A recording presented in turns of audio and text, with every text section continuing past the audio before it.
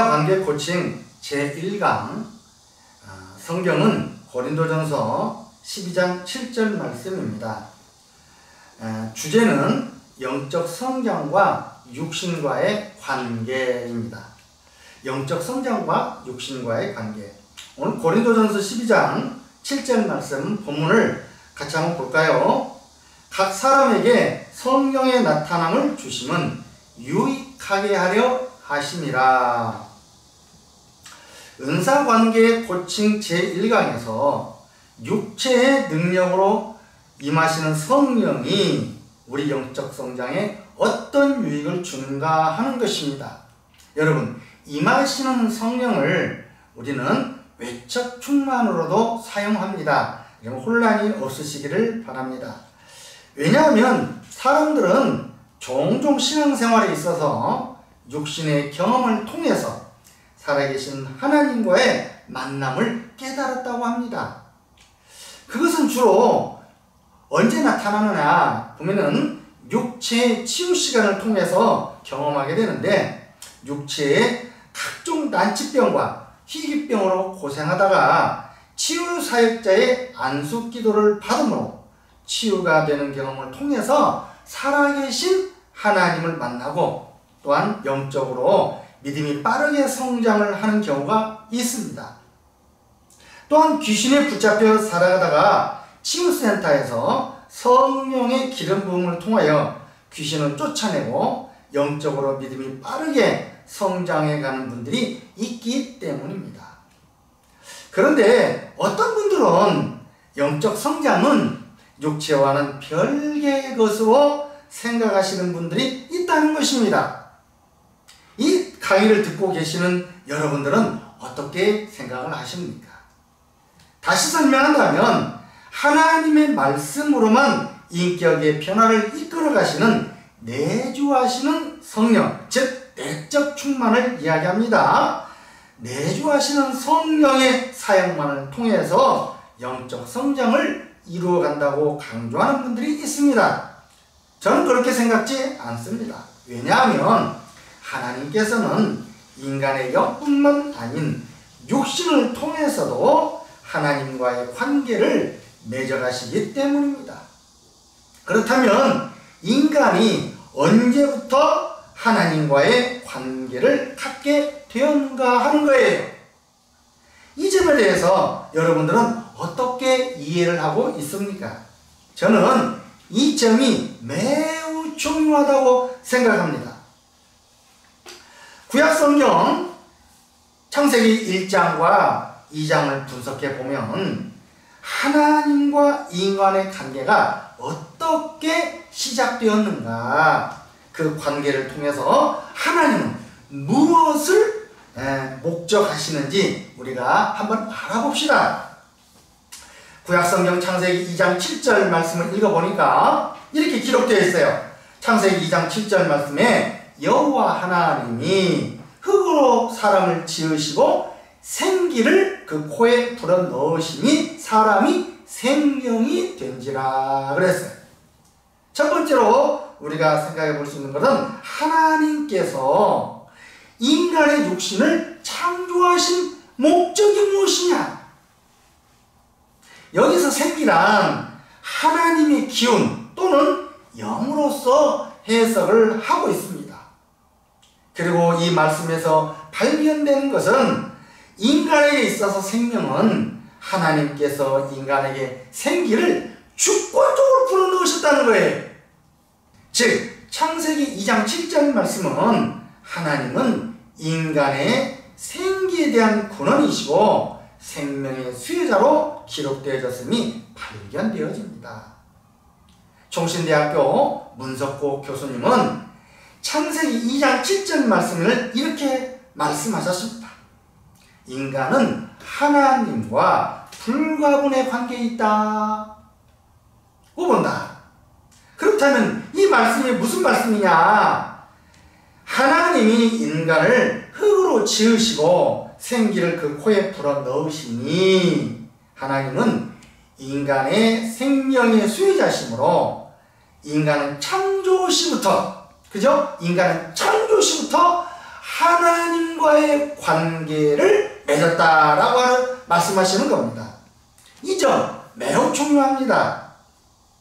그러므로 창세기 2장 7절 말씀에서 인간의 몸은, 육신은 하나님과 만날 수 있는 좋은 수단이 된 것입니다.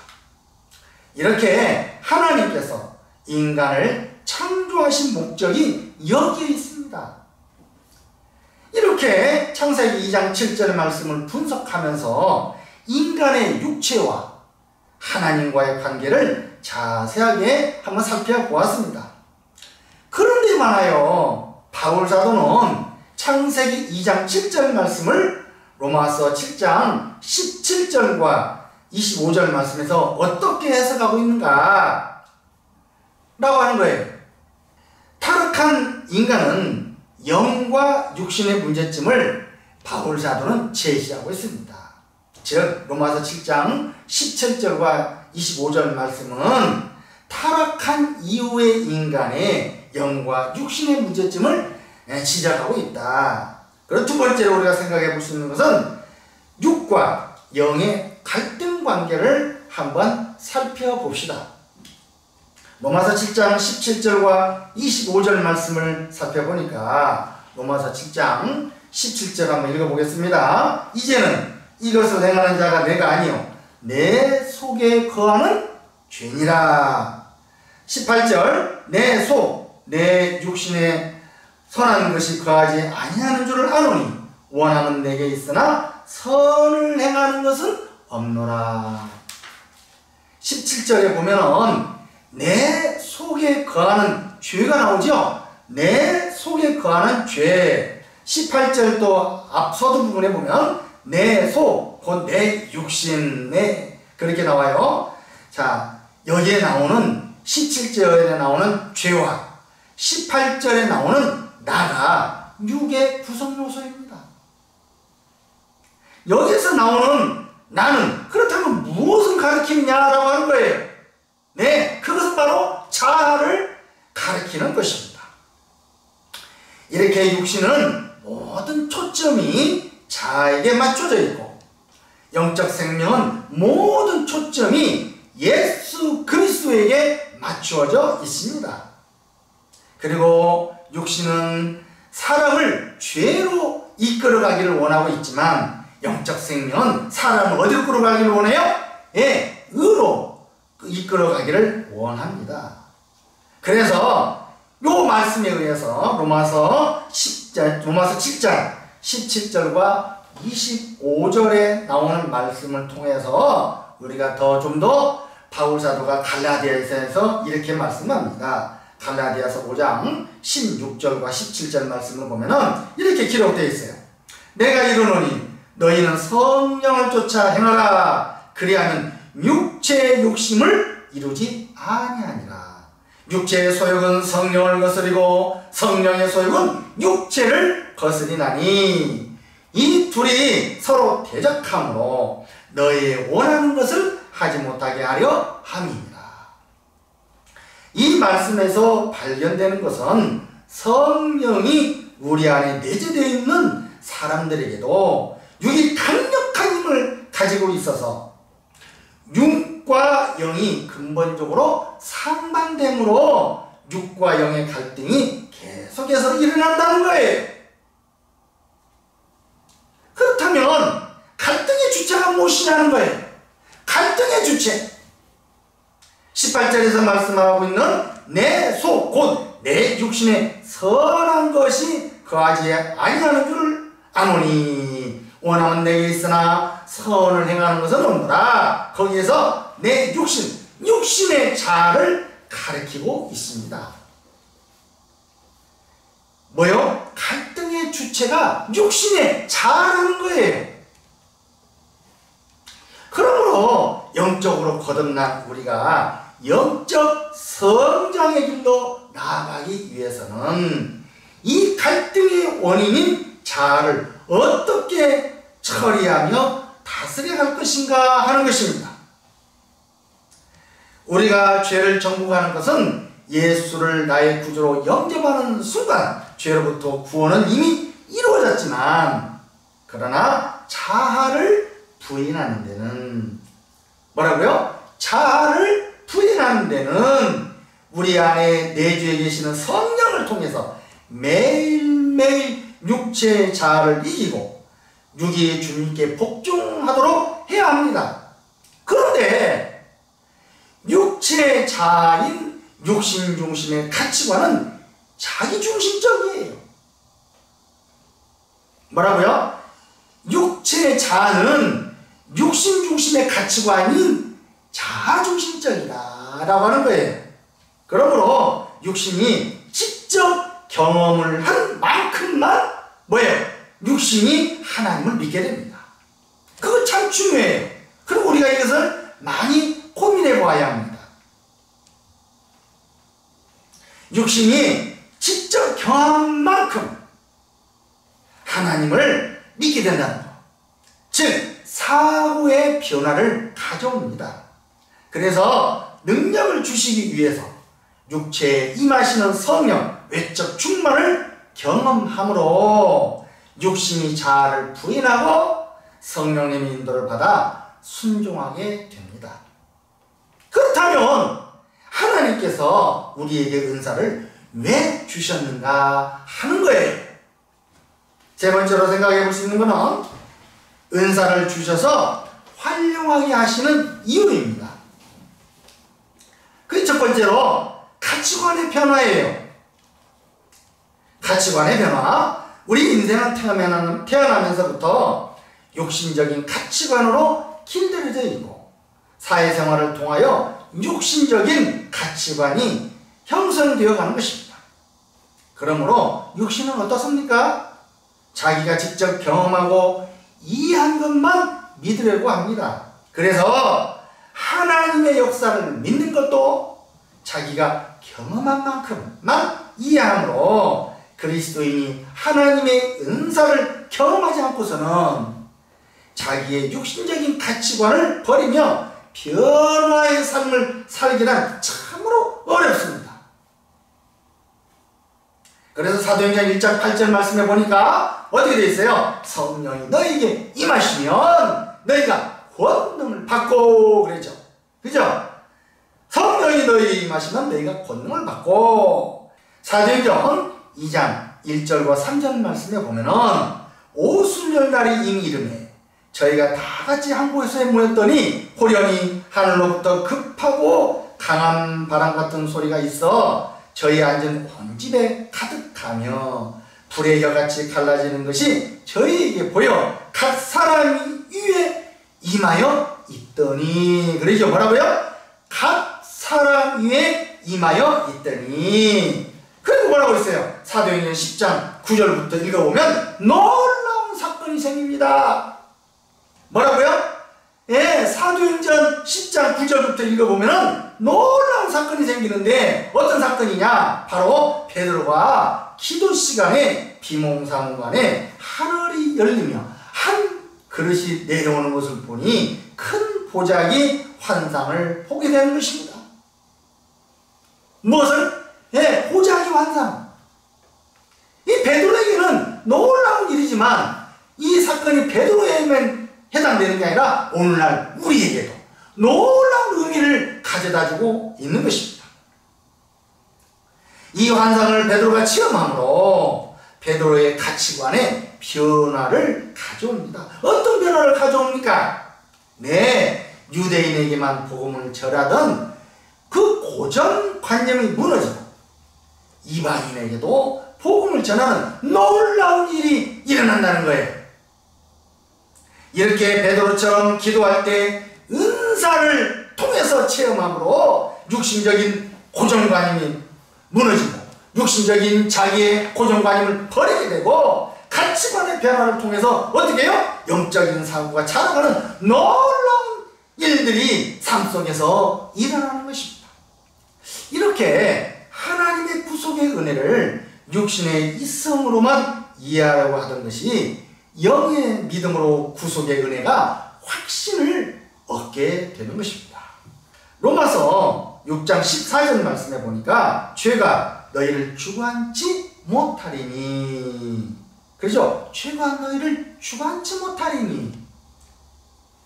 죄 짓는 것이 아무렇지도 않게 생각하며 살아가던 사람들이 뭐예요? 예, 이렇게 하나님을 육체가 경험하고 나서 뭐라고 한다고요? 예, 죄가 너희를 주관치 못하리니. 그 말은 무슨 말씀이냐? 죄 짓는 것을 두려워하게 된다는 겁니다. 육신이 은사를 통해서 하나님의 살아계심을 체험했기 때문에 하나님이 감찰하시는 하나님, 그 하나님을 그가 믿게 되는 거예요. 그 감찰하시는 하나님을 그가 확신하게 되는 거예요. 그러므로 인해서 뭐예요? 죄 짓는 것이 두려워하게 된다. 왜 그런 현상이 생겨요? 육신이 은사를 통해서 살아계신 하나님을 경험했기 때문에 그런 현상이 생기는 거예요. 두 번째로는 온전한 말씀 신앙을 가지도록 하기 위함이다 라고 하는 거예요. 온전한 말씀 신앙을 가지도록 하기 위함이다.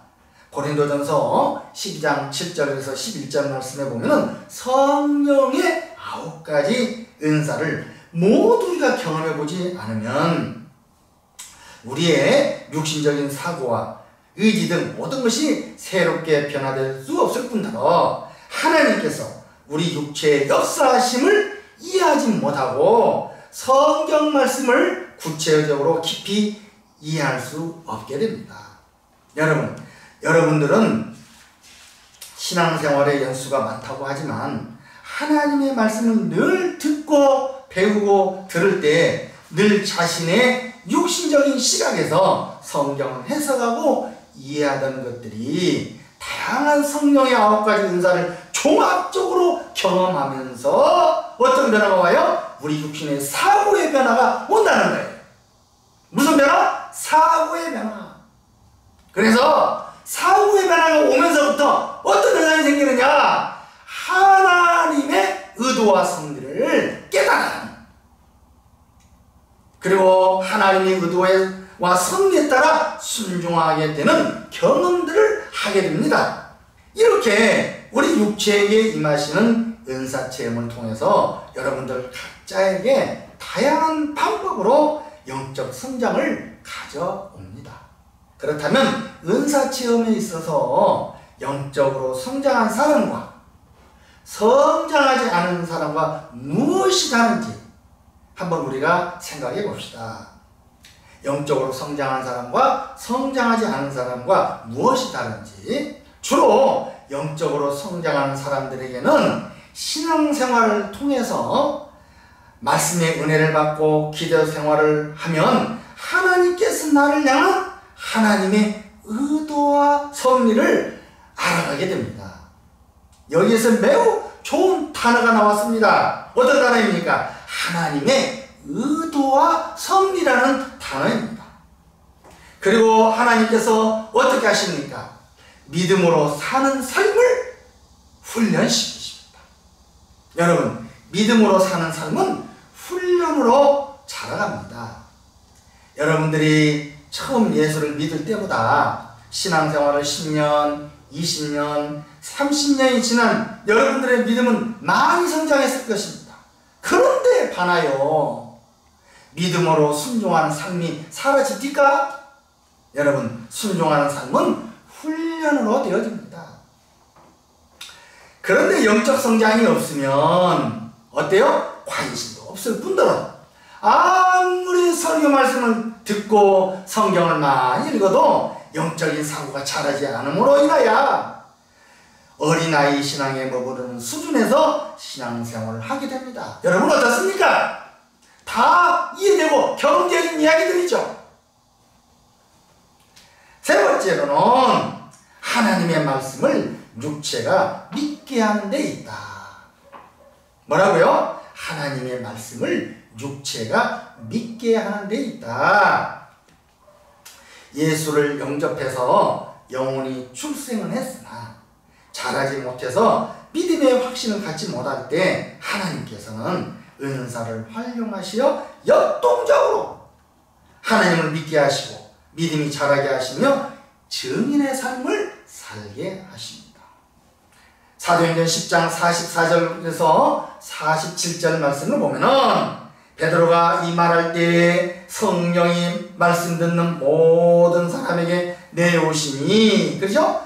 모든 사람에게 내려오시니 임하시는 성령. 그 다음에 45절 베드로와 함께 온 할례받은 신자들이 이방인에게도 성령의 부어주심을 인하여 놀라니. 46절 이는 방언을 말하며 그랬어요.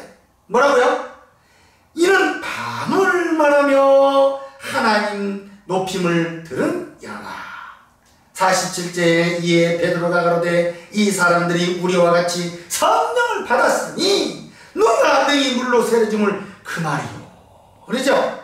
누가 능히 물로 세례줌을 그 말이요. 뭐라고 했어요? 사도행전 10장의 내용을 읽어보니까 내려오시는 성령 체험을 통해서 뭔 일이 났어요? 방언이 시작됐어요. 방언. 제가 오늘 말씀대로 하나님의 말씀을 육체가 믿게 하는 데 있다. 여러분, 외적으로 육체에 임하시는 성령을 우리가 받았다는 것입니다. 여러분, 외적으로 임하시는 성령, 어디에? 육체의 외적으로 임하시는 성령을 여러분들로 경험하시기 바랍니다. 사도행전 19장 6절 말씀에 이렇게 기록되어 있습니다. 누가? 바울이 그들에게 안수하매 성령이 그들에게 임하시노. 그죠? 뭐라고 했어요? 바울이 그들에게 안수하매 성령이 그들에게 임하였다. 그러고 나서 뭐 했어요? 방언도 하고 애언도 하니. 여러분, 어떻습니까?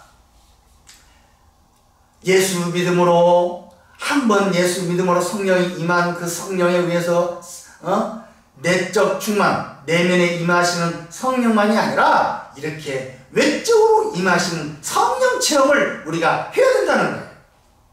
그리고 사도행전 19장 6절 말씀을 읽어가면서 우리가 어떻게 해야 되느냐? 이 말씀을 붙잡고 성령 받기 위해서 간절히 사모하며 기도하시기 바랍니다. 왜? 사모하는 자에게 성령은 반드시 임하십니다. 여러분, 저에게도 방언이 임하고 어떤 변화를 가져왔느냐? 저는 목사가 되어서도 방언을 못했습니다. 그런데 제가 정말 사모했어요. 하나님, 나도 정말로 방언을 할 수 있도록, 그런 경험을 할 수 있도록 나에게 방언을 임하게 해주세요. 그리고 나에게 방언 기도를 할 수 있도록 나를 좀 이끌어주세요 라고 기도를 많이 했습니다. 근데 오늘 하나님께서 나에게 따따따따따 하다가 하나님이 나에게 임한 것은 일본 방언이 터지게 됐어요. 자, 이렇게 사모할 때, 사모하는 자에게 하나님은 따따따 방언이든 따릉따릉 방언이든 간에 하나님은 참 내가 사모하는 때에 그런 따따따따따따따따따따따따따따 했지만 처음에 유치하더라고. 이게 내가 뭐하는 짓이야 이게? 이게 내가 뭐하는 짓인지 모르겠더라고. 유치하게 따따따따따따 침체기 하면서 뭐하는 짓인가 했는데, 그래도 이게 성령이 역사하는 거야. 성령이 지금 나를 주관하고 있는 거야. 성령이 방을 이끌고 있는 거야. 내가 허락했던 거예요. 성령님, 그렇군요. 성령님 따뜻한 방언이라도 이끌고 계시군요. 성령님 내 방을 받으시고 나를 주관하시고 인도해 주시고 내 혀를 이끌어가 주세요 라고 내어 맡기고 하나님 앞에 전적으로 성령께 의지하니까 따따따따따따 방언이 들어가요. 일본 방언으로 바뀌어지더라. 그리고 나서 제가 하나님께 어떻게 하게 됐느냐, 하루에 12시간씩 기도를 하게 되었습니다. 도전을 했어요. 하루에 12시간씩 저녁 6시에 밥을 먹고 그 다음날 아침 6시에 끝나는 거예요. 여러분, 말이 12시간씩 기도지 그게 12시간이 쉬운 게 아닙니다. 그것도 하루 이틀도 아니고 꼬박 작정했어요. 1년 동안. 정말 작정을 했으니까 1년 동안 쉬어서도 안 되고 하기 싫다고 그럼 포기해서도 안 되고, 중간에 어떤 사건이 있다고, 무슨 급한 일이 생겼다고 그래서 중단해서도 안 되고, 야, 이게 진짜 부담되더라는 거예요. 하나님 앞에 1년 동안 작정을 했으니 이걸 하나님 앞에 나와서 하루 12시간씩 기도한다는 것은 정말 어려운 훈련이었어요. 그런데요, 12시간씩 기도를 하면서 내가 하나님 앞에 어떤 변화를 가져왔느냐, 어떤 기도 제목을 놓고 기도할 때 과거에는 그저 기도할 뿐 응답에 대한 확신이 없었어요. 뭐라고요? 응답에 대한 확신이 없었다고요. 누가? 목사가! 이게 내 현주소예요. 남의 문제가 아니라 내 문제였다고. 이게 송정민 목사, 이 목사가 기도 제목을 놓고 기도하는데 기도의 응답에 확신이 없다 이 말이에요. 여러분 안 그렇습니까? 여러분들은? 그런데 제가 12시간씩 방으로 기도하면서 기도를 마친 후에 나타나는 것은 어떤 것이 있어요? 믿음의 확신을 갖게 됐다는 거예요. 그런데 마태복음 21장 21절 말씀해 보니까 이 산더러 들려 바다에 던지우려 하여도 될 것이요, 너희가 기도할 때 무엇이든지 믿고 구하는 것은 다 받으리라 하십니다. 이 말씀이 믿어지면서 기도 제목이 응답이 됩니다.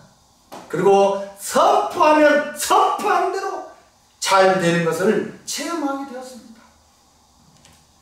여러분도 하루 2시간씩 방언으로 정식 기도하면서 무시로 방언으로 계속 기도하시는 훈련을 해보세요. 반드시 변화가 일어납니다. 할렐루야.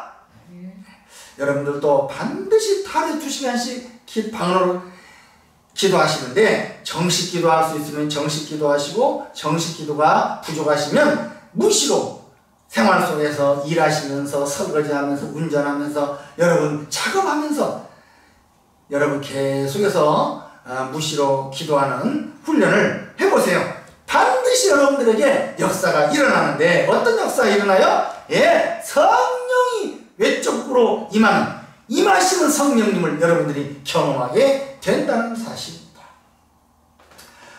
자, 이제는 마치려고 합니다. 여러분, 은사 코칭 시간에서는 과제가 나갈 것입니다.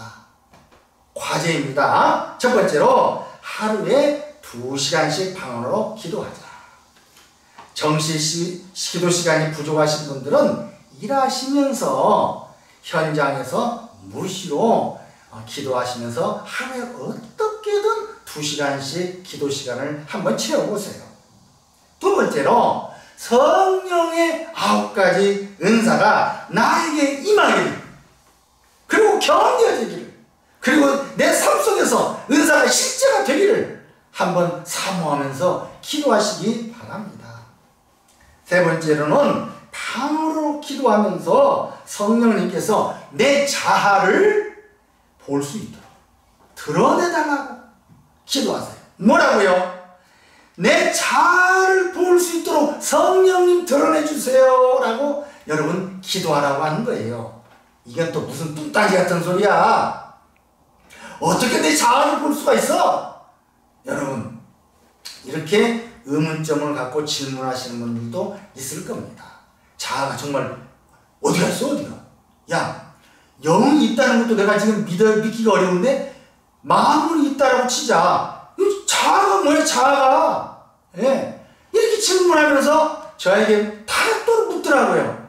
목사님, 자아가 뭡니까? 목사님, 자아가 보셨습니까? 자아가 어떻게 생겼어요? 자아가 있다면 어디 위치하고 있습니까? 참 별의별 질문을 다 받아보았습니다. 어쩌면 그게 그 사람들의 문제만 있겠습니까? 나도 마찬가지였어요. 나도 자아가 있다는데 오늘 내가 지금 뭘 이야기했어요? 자아를 얘기했잖아요. 예? 영적 성장에 있어서 육신과의 관계에 있어서 뭘 처리해야 된다? 자아를 어떻게 처리할 것이냐 라고 하는 거예요.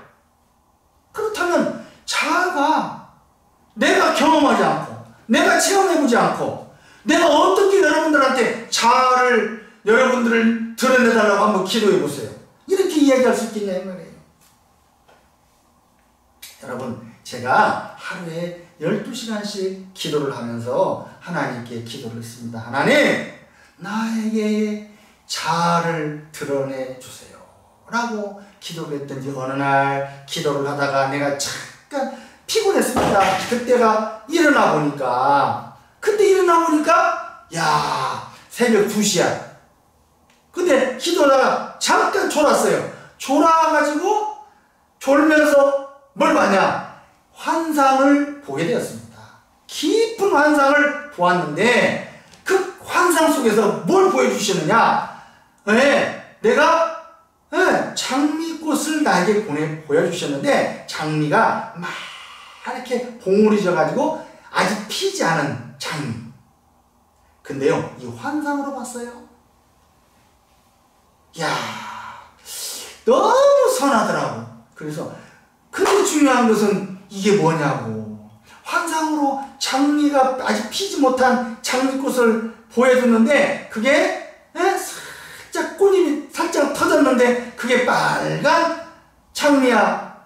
근데 그게 뭐냐고 말이야. 그래서 하나님께 기도했습니다. 하나님, 나에게 보여주신 그 장미꽃이 무엇입니까? 했더니 하나님 뭐라? 그게 네 자아니라. 하하, 이거야. 그게 네 자아니라. 여러분, 그걸 딱 음성을 듣는 순간 저는 다 이해가 됐어. 아하, 내 영적 현주소, 내 영의 상태, 내 육신의 상태, 아직 자아가 내 영을 감싸고 있구나. 그럼 무슨 소리야? 내가 영중심이라는 소리야? 육신중심이라는 소리야?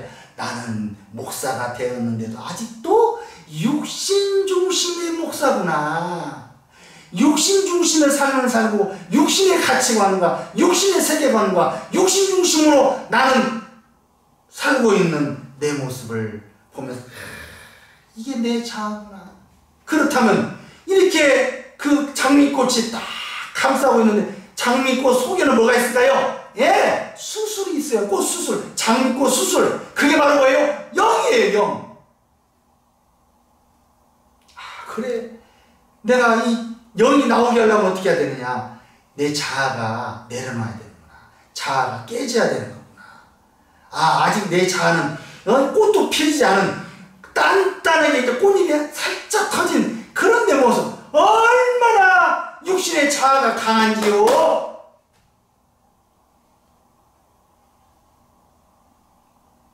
여러분, 목사님, 자아가 어디 위치해 있습니까? 크기가 어떻게, 모양이 어떻습니까? 아야, 이런 질문을 받을 때요, 하나님 미리 하셨던 것 같아요. 내가 그 질문 내가 경험하고 나니까 질문이 자연스럽게 답을 해주게 됩니다. 네, 내가 이렇게 경험해보니까. 내가 말했잖아요. 육신이 경험한 만큼, 체험한 만큼, 그것만큼 어때요? 확실해. 그러니까 어때요? 시키든 안 시키든 하든 말든 누가 보든 안 보든 상관없어. 하나님, 내 자아가 이제 이 상태군요. 내 자아가 내려놔야 되겠으면 내 자아를 깨트릴 수 있도록, 내 자아를 내려놓을 수 있도록, 하나님, 내가 내 자아를 부인할 수 있도록 어떻게 해야 됩니까? 라고 기도하니까 하나님이 그거를 한 단계 뭐로? 믿음의 훈련을 시키시더라 이거예요. 언제? 하루아침에 안 돼요. 그 믿음의 훈련이 장미꽃이 하나가 피어나기까지는 수많은 시간과 그 수많은 속에서 믿음의 훈련을 하나님이 시키는데요. 이루 말할 수 없는 어려움과 고난 속에서 하나님 나의 그 자아를 깨뜨리시더라 이거예요.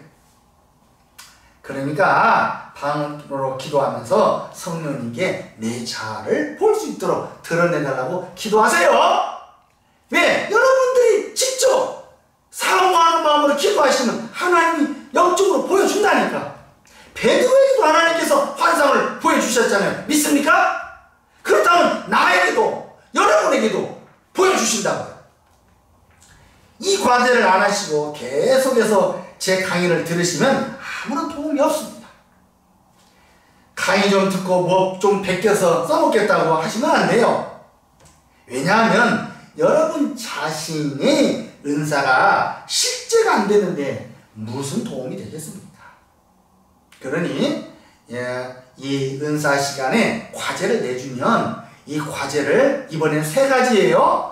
아이고 나 유튜브로만 보니까 송 목사님 이거 뭐 체크하기 위해서 확인하기 위해서. 여러분 송 목사님 보고 안 보고가 중요한 것이 아니에요. 감찰하시는 하나님이 보고 있다는 걸 믿으십니까? 네, 감찰하시는 하나님이 보고 계십니다. 그렇기 때문에 여러분들이 꼭 이렇게 유튜브로 보기 때문에 나는 안 해도 돼 하지 마시고 이 과제를 꼭 하시면서 그 다음에 뭔 강의를 드려야 돼요? 은사 2강의를 사모하시기 바랍니다.